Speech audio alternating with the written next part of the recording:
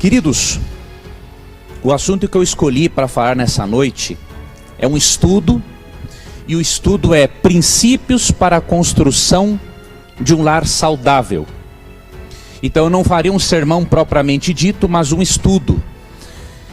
E nesse estudo eu quero mostrar para vocês alguns princípios que extraímos da Bíblia. E se esses princípios não estiverem fazendo parte da sua vida familiar, a sua vida familiar não é saudável como poderia estar sendo. Antes de eu apresentar esses princípios, eu queria dar algumas definições para vocês do que é uma família saudável.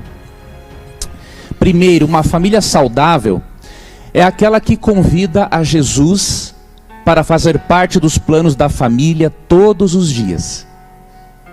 Você e eu estamos num conflito cósmico entre o bem e o mal, numa sociedade que anda na contramão dos princípios de Deus. Então nós precisamos todos os dias convidar a Cristo para fazer parte da nossa família e o Espírito Santo para nos ajudar em nossas decisões.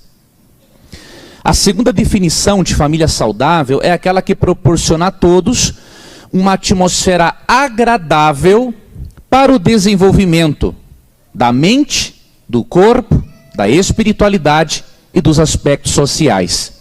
Então, além de ser uma família que convida a Cristo para fazer parte todos os dias, é uma família que proporciona um ambiente agradável, de amizade, de amor, de alegria, para que todos os membros dessa família se desenvolvam em todos os aspectos que Deus quer que elas se desenvolvam. E a terceira definição de uma família saudável é aquela em que todos se toleram e se perdoam. Se na sua família não há tolerância com os defeitos do outro e não há perdão, a sua família não é saudável. Então eu quero que você analise essas três principais definições e veja se a sua família está caminhando em direção à saúde ou à doença familiar. Tudo bem?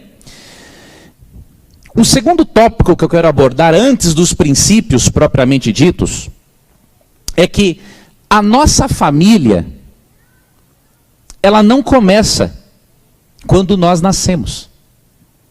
A nossa família já começa nos genes e através das influências pré-natais. O que eu quero dizer com isso? Características que você terá no âmbito familiar, características que o seu irmão terá no âmbito familiar, características que a sua irmã, que o seu avô, que o seu tio, que o seu sobrinho, tudo isso tem início nos genes. Nos genes estão escritos alguns aspectos, alguns elementos que farão parte da sua personalidade e que obviamente estarão inseridos, personalidade essa inserida no contexto familiar. Por que é importante você entender isso? É importante você compreender isso, porque se você compreender que você tem aspectos hereditários que influenciam no seu modo de ser e de pensar, o outro tem outros aspectos hereditários que também influenciam no seu modo de ser e de pensar. E tendo esta compreensão, você não vai ficar dando murro em ponta de faca querendo mudar o outro. Porque só quem pode mudar outra pessoa é Deus. Você não pode fazer isso, isso é perda de tempo, isso é ilusão. E se a nossa família começa já nos nossos genes, ou seja, se aquilo que vamos ser na família já começa pelo aspecto genético, você precisa ser mais paciente. Quem é pai e mãe sabe o que eu estou dizendo. Muitas vezes nós vemos características nossas nos filhos. E curioso é que alguns de nós são tão hipócritas que temos tais características e temos paciência conosco. Agora, quando vemos a característica espelhada no filho, não temos paciência com o filho. Hipocrisia e falta de cristianismo. Se você gostaria que Deus amasse, lhe perdoasse e lhe entendesse com esses traços que você tem, como que você pode não fazer o mesmo em relação ao filho? Como que você pode querer o perdão de Deus se você não perdoa alguém? Eu fico feliz em ler na Bíblia que Deus me aceita como sou e que Ele quer me transformar. Mas você não vai exercitar o mesmo amor de Deus? Você não vai aceitar o seu filho do jeito que ele é e contribuir para as mudanças necessárias no caráter dele? Se você até hoje tem certos hábitos, o que esperar do seu filho? Você não pode ter paciência com ele também, com a sua filha? Então nós temos que parar de ser um pouco hipócritas, irmãos, e entendermos que se filhos, se parentes nossos refletem certos traços que nós refletimos, e nós queremos que Deus tenha paciência com esses traços em nós, o mínimo que nós podemos fazer é ter paciência com aqueles que também têm traços herdados. E eu não sei se você sabe das influências pré-natais, elas são muito significativas. E aqui eu dou uma dica para alguma moça que possa estar grávida ou que venha ficar grávida no futuro, ou uma mulher, saiba de uma coisa muito importante: tudo aquilo que você sente e pensa está contribuindo e muito para a saúde emocional do seu bebê. Obviamente que quando o sistema nervoso central estiver plenamente formado, é que ele vai realmente sentir mais coisas. Mas agora eu quero te dizer uma coisa: se você quer ter um filho saudável, tranquilo, com boa autoestima, que pense positivamente, você na gravidez já tem que fazer isso. E se você não consegue fazer isso sozinha, busque ajuda psicoterápica, faça uma boa psicoterapia da linha cognitivo-comportamental, porque se você mudar padrões de pensamento, padrões de comportamento distorcidos, isso vai ser uma herança maravilhosa para o seu filho que vai nascer. Tá? E se você não fizer isso, saiba que, infelizmente, o seu filho vai herdar certas coisas e certas limitações. Tá? Até mesmo se você tentar esconder a gravidez, isso vai fazer mal para a sua criança, porque ela já desde o ventre ela não vai se sentir bem amada e bem-vinda ao mundo. Então pare com isso. Se você engravidou antes do tempo, agora não cria um problema, tentando resolver outro problema, criando outro problema. Assuma a sua responsabilidade, porque as influências pré-natais, amigos, são coisas seríssimas. Né? Se vocês lerem o livro Mente, Caráter e Personalidade, volume 1, capítulo 16, Ellen White fala de uma forma magistral sobre as influências pré-natais. Então veja, nós somos o que somos em parte pelas influências hereditárias, por aquilo que está escrito no nosso DNA. Graças a Deus, amigos, isso não é determinante, mas influencia. É o começo ali.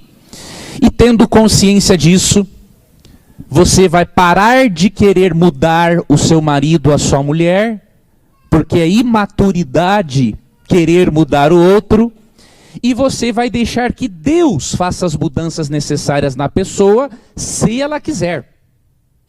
Ali em Ezequiel 36, 26, 27, é dito que Deus quer tirar de nós o coração de carne, o coração de pedra, e colocar um coração de carne. Só Deus pode mudar alguém. Então você não pode mudar ninguém. Pare de perder o seu tempo. Preocupe-se em mudar você. E não o outro, porque nunca você vai conseguir isso. Tá?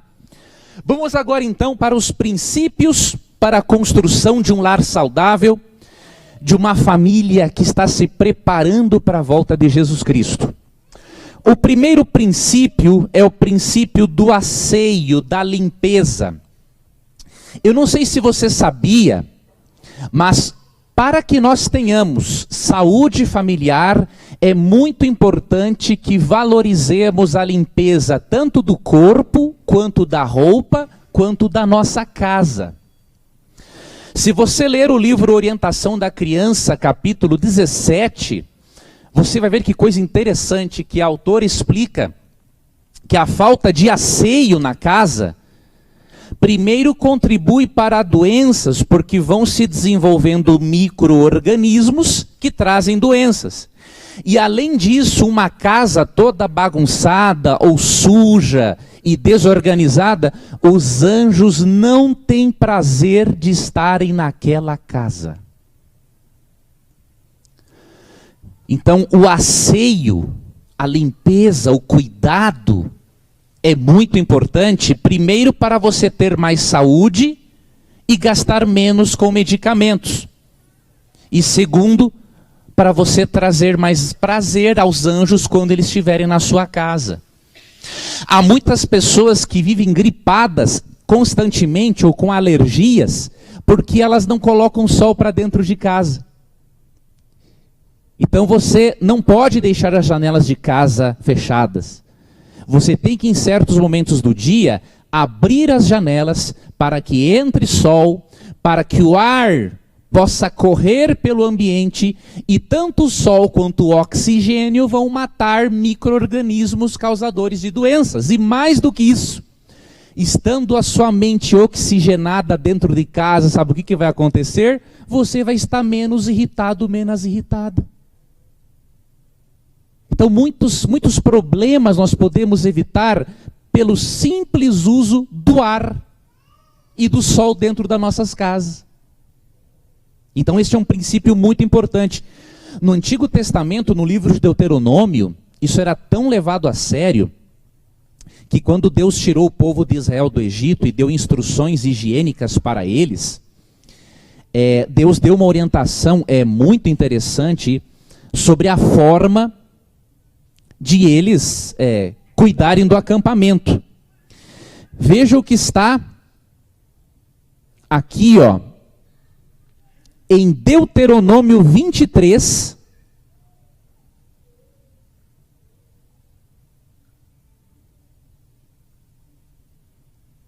vamos ler a partir do versículo 14. Olha como Deus se preocupa com a higiene e o porquê. Eu vou ler aqui na tradução ecumênica da Bíblia, talvez difira um pouquinho da tradução que você tem. Terás uma pá com teus objetos, e quando fores te acocar lá fora, ou seja, fazer necessidades, não é? Cavarás e recobrirás teus excrementos. Pois o próprio Senhor teu Deus vai e vem no meio do acampamento para te salvar, entregando-te os teus inimigos. Todo acampamento é santo e o Senhor nada é santo, e o Senhor nada deve ser que o envergonhe. Ele cessaria de te acompanhar. Deus se preocupa ou não se preocupa com a higiene? Quando o israelita fizesse suas necessidades, ele tinha que ter uma pá ou uma espécie de um cajado para ele enterrar as suas necessidades fisiológicas, porque Deus estava presente naquele acampamento. E se Deus está presente na sua casa, você tem que ter cuidado com isso. É uma vergonha muitos banheiros de igrejas, de escolas e de instituições. Tem muita gente que, além de ser mal educada em casa, é porca e não considera que Deus está passeando por meio da congregação e não tem a capacidade nem de dar a descarga ou de limpar o vaso quando urina em cima do vaso. Um cristão deveria ter isso em mente e ser de uma pessoa que ama a limpeza, o asseio, porque Deus está a todo instante entre nós e nós deveríamos ter mais respeito para com a presença de Deus entre nós. Um segundo princípio importante para uma família saudável é o da prestatividade, ou seja, todas as pessoas em casa devem estar dispostas a serem prestativas, a ajudarem umas às outras. Quando isso acontece, o ambiente é extremamente agradável. Os pais fazem de tudo para ajudar os filhos contribuem também para ajudar os pais. E este ambiente prestativo contribui e muito para que exista uma harmonia e a presença dos anjos seja mais sentida. Uma dica para você que tem filhos pequenos, desculpe eu ser muito direto, não seja burro em fazer o seguinte: Quando a criança é prestativa e quer fazer alguma coisa, você sabe que a criança pequena ela não vai saber fazer as coisas como você sabe fazer, porque você é um adulto e ela é uma criança. E quando a criança está desenvolvendo essa capacidade de ser prestativa e vai lavar uma louça, ou vai arrumar o quarto e aquilo não sai bem arrumado, o pai ou a mãe que é burro vai fazer o seguinte: não, para com isso porque você não sabe fazer nada mesmo. Eu não acredito que tenha alguém com esse nível de burrice aqui dentro. Eu não quero acreditar que tenha, porque um cristão que lê e conhece a Bíblia não pode ter esse nível de burrice. Então o que você vai fazer? Quando você vê que a criança quer ser prestativa, você vai dar a ela atividades que ela possa realizar de acordo com a idade. E se ela lavou a louça e fez mais sujeira do que limpeza, você ajuda e diz assim: filhinha, que bom que você está aprendendo. Você não diz que ela lavou bem, porque ela não lavou bem mesmo. Mas que bom que você está aprendendo a lavar a louça. A mamãe ou o papai vai te ajudar a secar o chão para nós deixarmos tudo bem limpinho. Ou seja, você está ensinando e incentivando a prestatividade do seu filho e da sua filha. E depois, se você não fizer isso, não venha reclamar. Aí chega na adolescência, né? Como o pai e a mãe, que não tinham inteligência, podaram na infância, na adolescência não quer fazer nada. Por quê? Porque você não deixou que a criança desenvolvesse isso. A culpa foi sua. Agora você vai ter que segurar essa bomba na mão. Por culpa sua. Outro princípio, terceiro, para a existência de um lar saudável, é a motivação e a diligência naquilo que nós fazemos. Nós precisamos, amigos, ser diligentes, dedicados em tudo aquilo que nós fazemos. O que é ser dedicado? É fazer o melhor. Não é fazer o melhor de acordo com o que os outros pensam. É fazer o melhor de acordo com as suas capacidades. Tá bom? Então, se você faz o seu melhor de acordo com as suas capacidades, você está contribuindo para que o seu lar seja saudável. E nós precisamos de motivação para isso. E onde encontramos motivação se de vez em quando uma mãe ou um pai ou um filho que é mala, um irmão que é mala, não contribui para a nossa motivação? Você tem que buscar a motivação aqui em Colossenses, capítulo 3, versos 23 e 24. Colossenses capítulo 3, versos 23 e 24.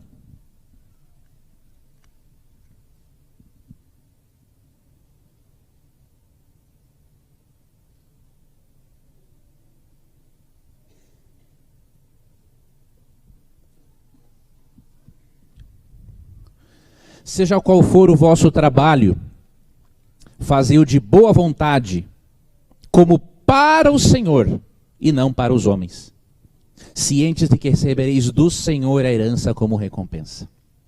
Essa é a motivação verdadeira para você fazer o melhor na sua casa. Primeiro, você faz o seu trabalho de boa vontade como se estivesse fazendo para quem? Para Jesus. Aí a motivação é outra. E é dito que se você fizer isso, Ele vai lhe dar a sua recompensa. Talvez o ser humano não recompense você como você gostaria. Talvez o ser humano não valorize você como você gostaria de ser valorizado. Mas Deus, Ele te valoriza. Ele te recompensa. Nesta vida, não é só na vida futura não, já nesta vida sim. Quarto princípio para um lar saudável é o princípio da economia. Abra sua Bíblia em Provérbios, capítulo 11, verso 25. Antes de eu falar a respeito de economia, deixa eu explicar uma coisa para você muito importante. Economizar não é ser pão duro ou mão de vaca, né? No Rio Grande do Sul, de onde eu sou, há um ditado que diz assim, né? Quando o indivíduo é pão duro, né, mão fechada, mão de vaca, mão fechada, nós dizemos assim: esse indivíduo é tão mão fechada que ele atravessa o rio Guaíba nadando com um sonrisal na mão e não derrete, né? Então você não pode fazer isso. a mesquinhez, a panduragem não pode fazer parte de um cristão. Agora, olha que interessante. O que diz Provérbios 11, 25? A pessoa generosa prosperará. Quem dá de beber será dessedentado. Vamos começar pela segunda parte. Quem dá de beber a alguém, quem dá comida, quem ajuda alguém, essa pessoa será ajudada. Ela será abençoada por Deus. E na primeira parte diz assim, a pessoa generosa prosperará. Ou seja, Deus promete prosperidade para aquele que é generoso. E Leandro, o que isso tem a ver com economia? Tem a ver muito. Por quê? Porque na conta bancária de Deus, quanto mais você doa com propósitos bons, mais você tem. Na conta bancária humana, quanto mais você guarda, mais você tem.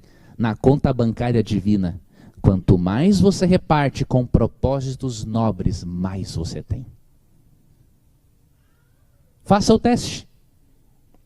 Além de dizimar, tenha um pacto de ofertas para evangelismo e para ajuda de necessitados. Depois veja o que vai acontecer com as suas finanças. É uma lei natural. Ah, Leandro, você está falando da teologia da prosperidade? Mais ou menos. Mais ou menos por quê? Não estou sendo um teólogo da prosperidade, porque nós não focamos isso, mas eu tenho que mostrar que a Bíblia promete sim prosperidade para os filhos de Deus, porque Deus não é o Deus da miséria, né? A miséria é resultado do pecado. Ou você acha que a miséria é resultado do plano de Deus para o nosso mundo? Não é. Então aqui é a correta teologia da prosperidade. Você foca em Jesus. Jesus está no seu coração e o dinheiro está no seu bolso.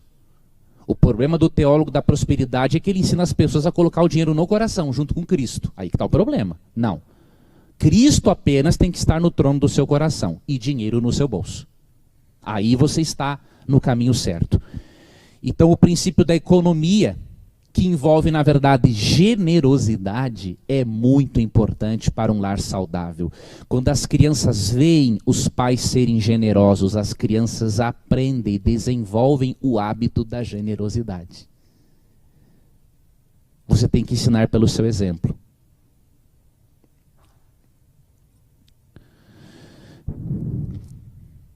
Outro princípio. Simplicidade. Simplicidade não é mediocridade.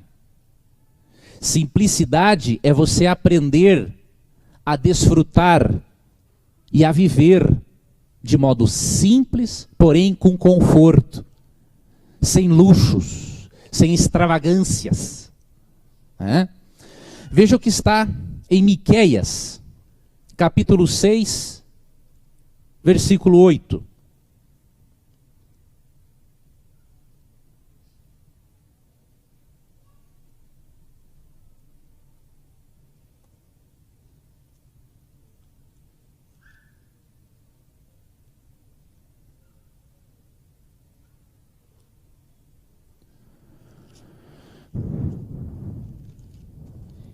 Miqueias no capítulo 6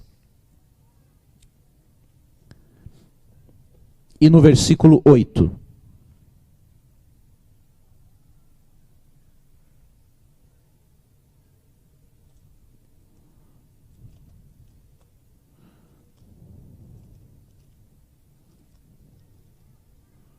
Diz assim: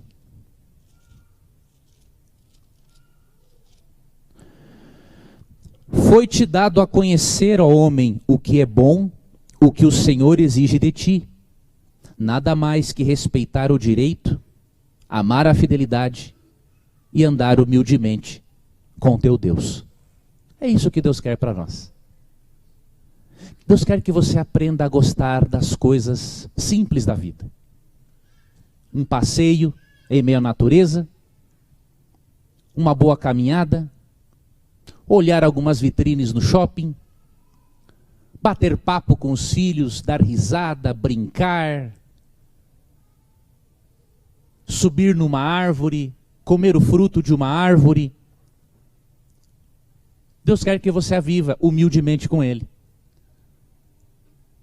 Quanto mais você viver de forma simples com Deus, mais saúde você terá e mais contentamento você terá em relação à sua vida. Outro princípio importante do lar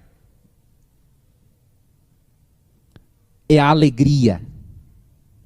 Veja o que está em Filipenses 4:4.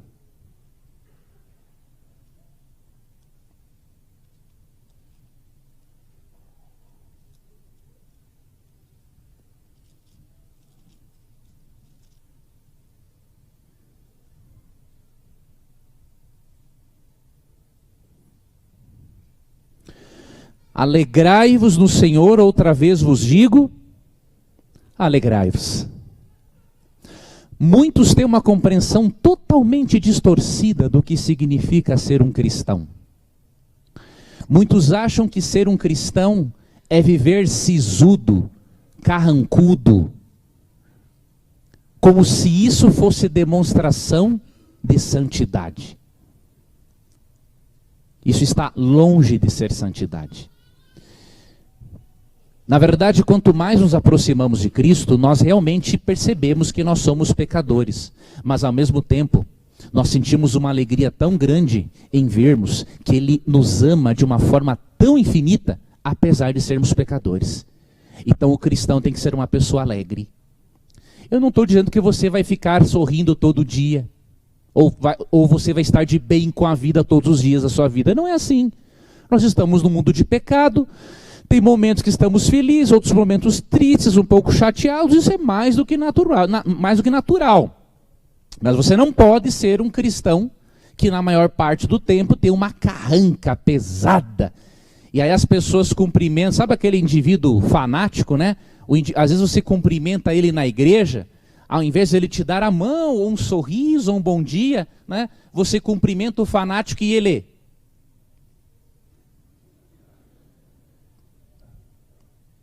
Esse tipo de cristão, ele vai para o céu, sabe qual céu? Só se for para o céu da boca de um tigre, né? Porque do céu mesmo ele não vai. O céu é um ambiente extremamente alegre, onde as pessoas, onde os seres celestiais são corteses uns com os outros. Se você não desenvolver o hábito da cortesia aqui, não vai ser lá que você vai desenvolver. Então desenvolva isso. Outro princípio para um lar saudável é a gratidão. Abra sua Bíblia no Salmo 103, versos 2 e 3.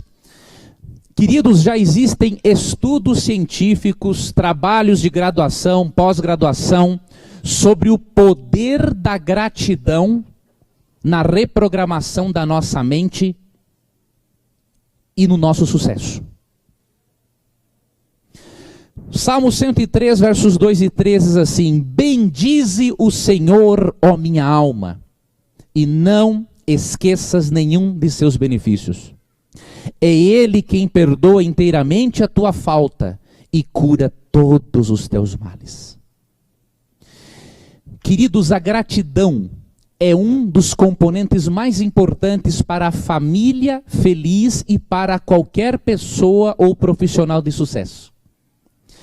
Quando nós acostumamos o cérebro a mais agradecer do que a reclamar, o cérebro começa a criar e a mostrar recursos para você ser mais feliz e para você prosperar na sua vida. Você sabia disso? Isso é uma lei da mente.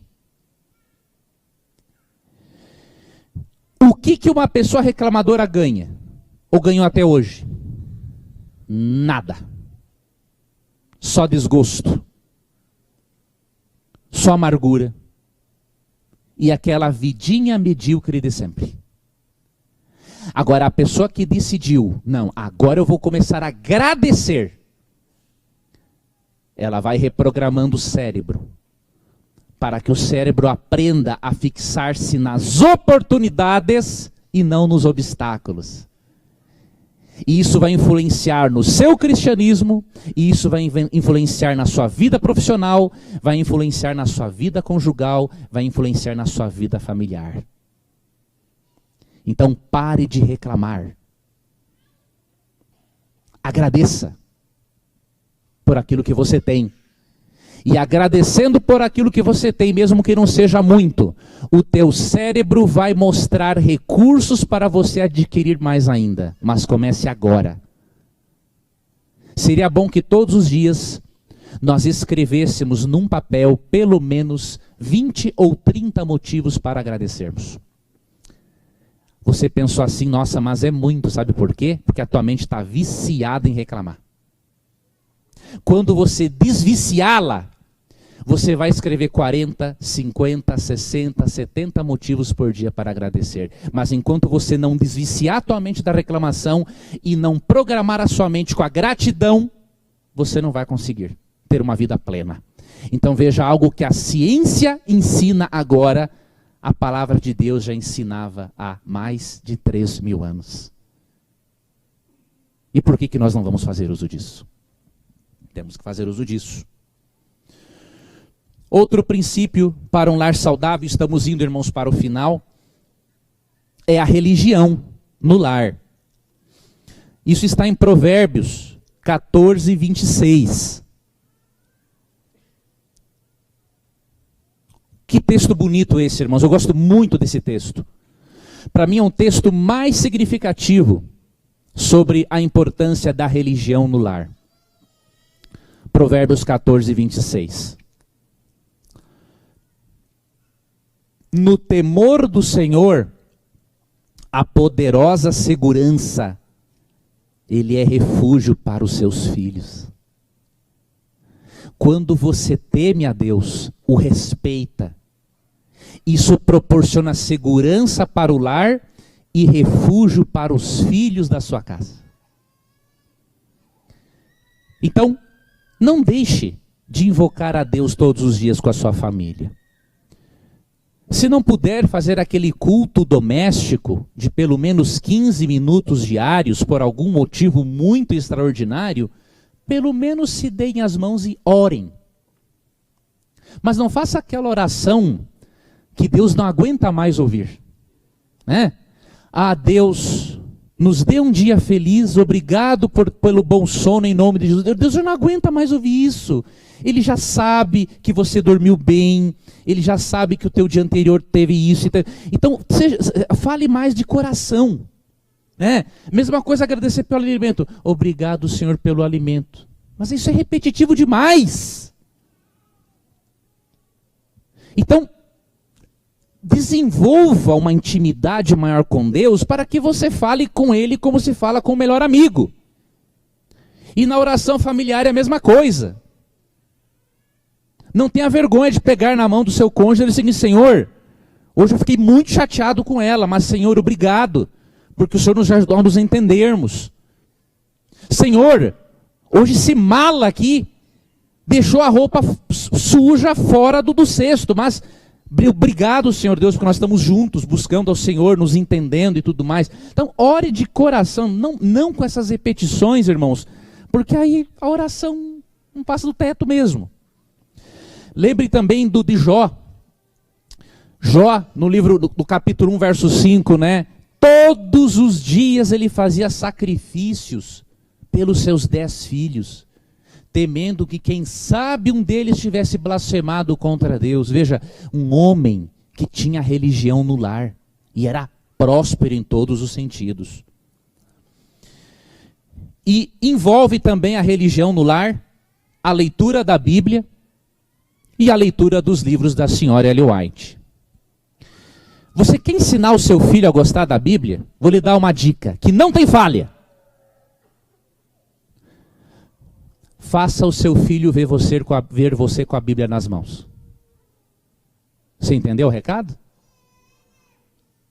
Quer ensinar o seu filho a gostar da Bíblia e a ler a Bíblia? Faça o seu filho ver você com a Bíblia na mão. Se você não anda com a Bíblia na mão, dificilmente você vai ensinar o seu filho a ter a Bíblia nas mãos. Outro detalhe, irmãos. Ler os livros da senhora Ellen White.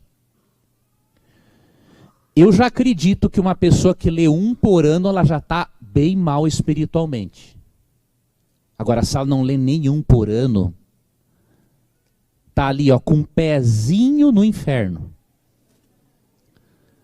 Porque, irmãos, rejeitar a mensagem profética é muito perigoso.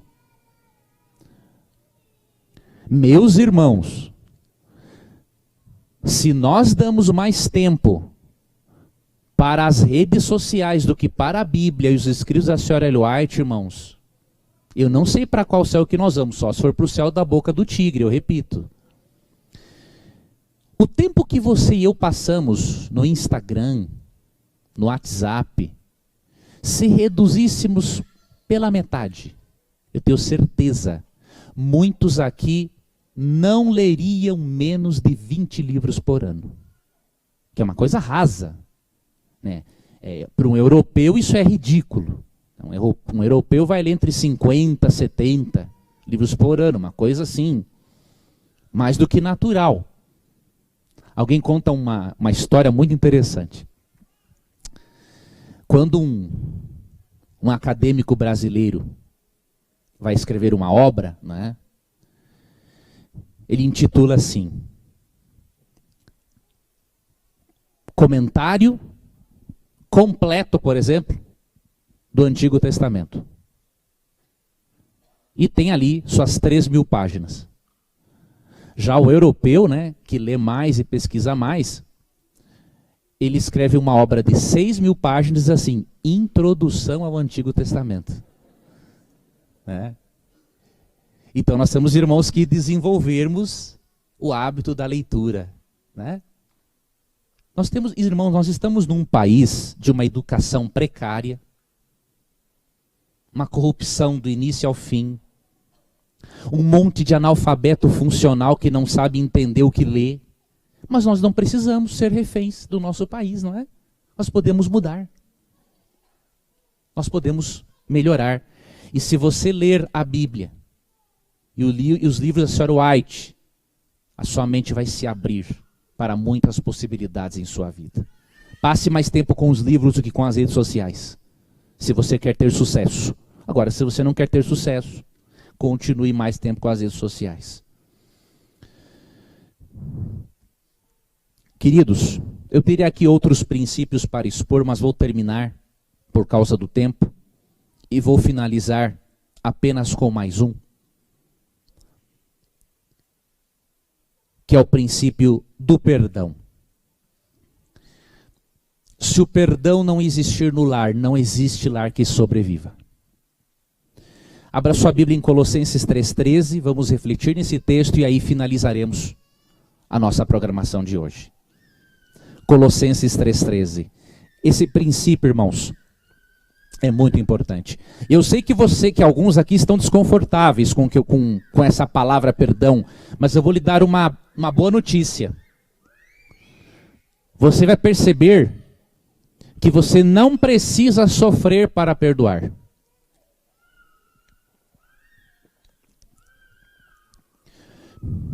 Colossenses 3,13 diz assim: suportai-vos uns aos outros. E se alguém tiver algum motivo de queixa contra outro, perdoai-vos mutuamente.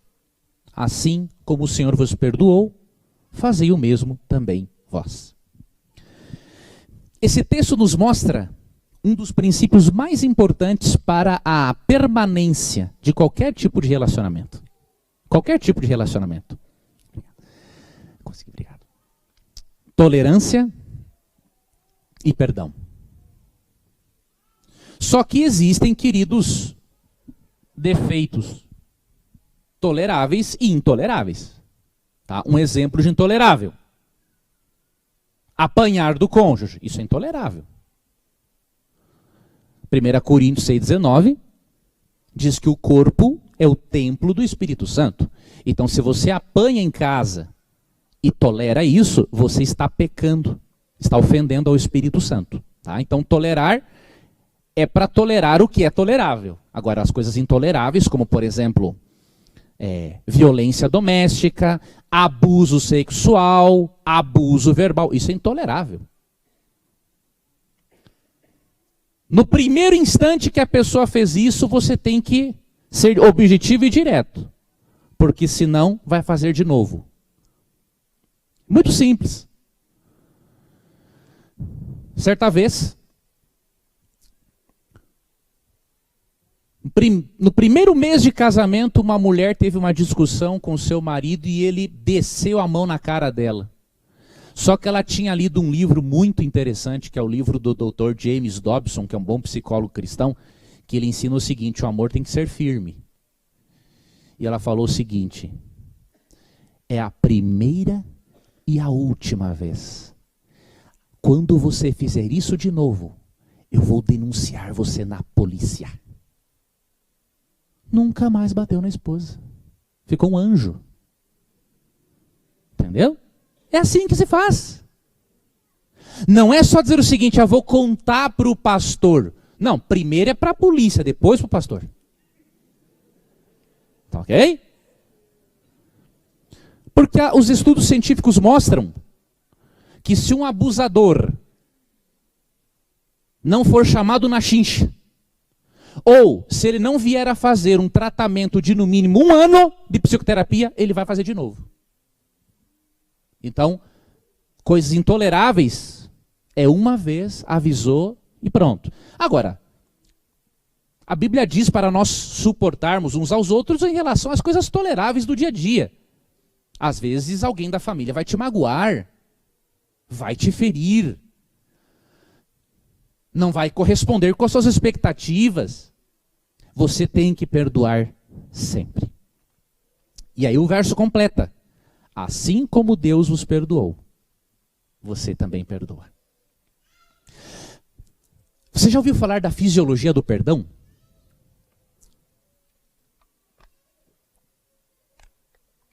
Vejam, queridos, como Deus é incrível. Deus quer que nós perdoemos não apenas para a nossa saúde espiritual, mas para a nossa saúde física também. Hoje já é comprovado que existem alguns casos de diabetes por falta de perdão. E se o indivíduo fizer psicoterapia ou resolver aquela mágoa, ele vai ser curado e não precisa mais de remédio. Existem problemas cardíacos pela falta do perdão. Por quê? Porque a falta do perdão faz com que se produza no organismo muita adrenalina, produz-se mais gorduras entre as artérias. Literalmente, a falta de perdão vai tornando o organismo ácido, enferrujado. E muitos do futuro podem até desenvolver um câncer, porque alimentaram uma mágoa a vida inteira. Você precisa aprender a perdoar. Mas, Leandro, é muito difícil. Eu sei que é. Mas eu tenho uma boa notícia para você. O perdão não é um sentimento, é um mandamento. Você sabia disso?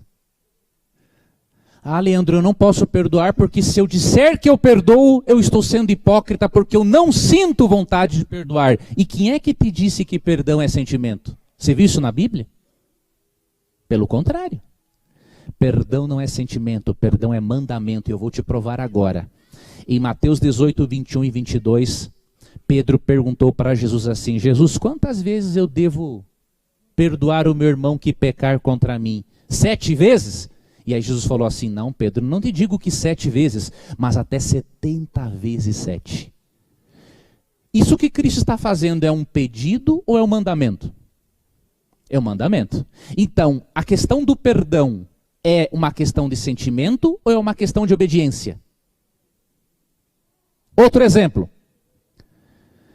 Você nunca obedeceu a algum mandamento de Deus sem vontade? Eu já. Vários dos mandamentos de Deus já obedeci sem vontade. Mas por que eu obedeci? Porque eu tenho fé de que vai ser melhor para mim. Em relação ao perdão é a mesma coisa. Você não precisa sentir vontade para perdoar. Você tem que querer obedecer. E quando você faz isso, olha aqui que vem o milagre. Você dá o passo de obediência. Você diz assim, olha, eu vou perdoar mesmo sem vontade. E aí você faz uma oração e diz assim, Senhor, eu não estou querendo perdoar esta pessoa por vontade, mas eu quero perdoar em obediência à sua palavra. Senhor, faça a obra no meu coração. E quando você obedece, Deus coloca o perdão no seu coração. É difícil perdoar? É. Mas não é impossível se você der um passo de fé em obediência e pedir ajuda a Deus. Ele vai fazer isso por você. Queridos, eu peço em nome de Jesus que esses princípios possam fazer parte da vida familiar de vocês. E se esses princípios fizerem parte da vida familiar de vocês, eu tenho certeza que quando Cristo voltar, vocês poderão relembrar das palavras de Isaías 8:18 e aplicar essas palavras ao que você quer dizer para Cristo. Se você aplicar esses princípios, juntamente com os membros da sua família, você vai dizer as palavras de Isaías 8:18 assim, Senhor, eu estou aqui, com os filhos, com a família que o Senhor me deu. Nós vamos todos juntos para o céu. O Senhor me deu eles. Eu trabalhei por eles. Nós estamos aqui, Senhor, estamos juntos. Estou aqui com os filhos que o Senhor me deu. Quantos de vocês querem dizer isso para Jesus quando Ele voltar? Você quer dizer para Jesus, Jesus, olha, eu estou aqui com os amigos que o Senhor me deu, com a família que o Senhor me deu, com os filhos que o Senhor me deu, com os familiares. Então feche os seus olhos, que agora eu vou fazer uma oração por você. Senhor, nós te agradecemos porque um dia Jesus Cristo morreu na cruz do Calvário assumindo a nossa culpa, para que Ele pudesse transferir de uma forma legal a inocência dele para nós. Nunca teremos, Senhor, como pagar, como lhe agradecer por tão grande salvação. Mas, Senhor, nós não queremos ir sozinhos para o céu. Nós sabemos que podemos ser felizes nos céus, apenas com o Senhor. Mas nós queremos, Senhor Deus, que os nossos familiares estejam conosco. Mas para isso, Senhor Deus, implanta esses princípios bíblicos, entre outros da sua palavra, para que os nossos lares sejam saudáveis, sejam ambientes agradáveis, amorosos, que proporcionem a todos os membros da família a oportunidade de terem um encontro contigo e de desenvolverem harmonicamente todos os aspectos do caráter. Ensine-nos, Senhor Deus, a respeitarmos as limitações de cada membro da nossa família. Ensina-nos, Senhor Deus, a compreendermos as influências hereditárias que fazem parte da vida de cada membro da família, para que ao invés, meu Deus, de julgarmos, nós amemos. Dê-nos, Senhor, uma noite feliz e continue, Senhor Deus, guardando-nos por sua infinita graça. Em nome de Jesus. Amém.